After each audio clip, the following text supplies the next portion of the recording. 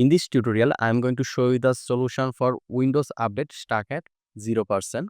So for it, just go to your Windows search option, then right over here CMD. Here you can see command prompt. So do not click here. You need to click over here, run as administrator. You need to click on it. Then it will open the command prompt here, and in the command prompt, you need to write some command, and those commands are this one. So here you can see some commands. So I have added this command in the first comment in this video. Here you can see the command. So just go to the comment section and you just click to copy all those commands. Then go back to the command prompt, paste it over here, and it will run all the command by itself. And here you can see this is the last command. So you need to press enter one more time and it's done. So now you can close this, then go to your setting. Then here you can see Windows Update, click on it, click here, check for updates.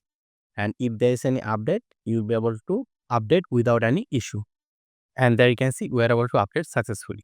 So thank you very much for watching. Thank you very much for watching, and I will see you in the next tutorial.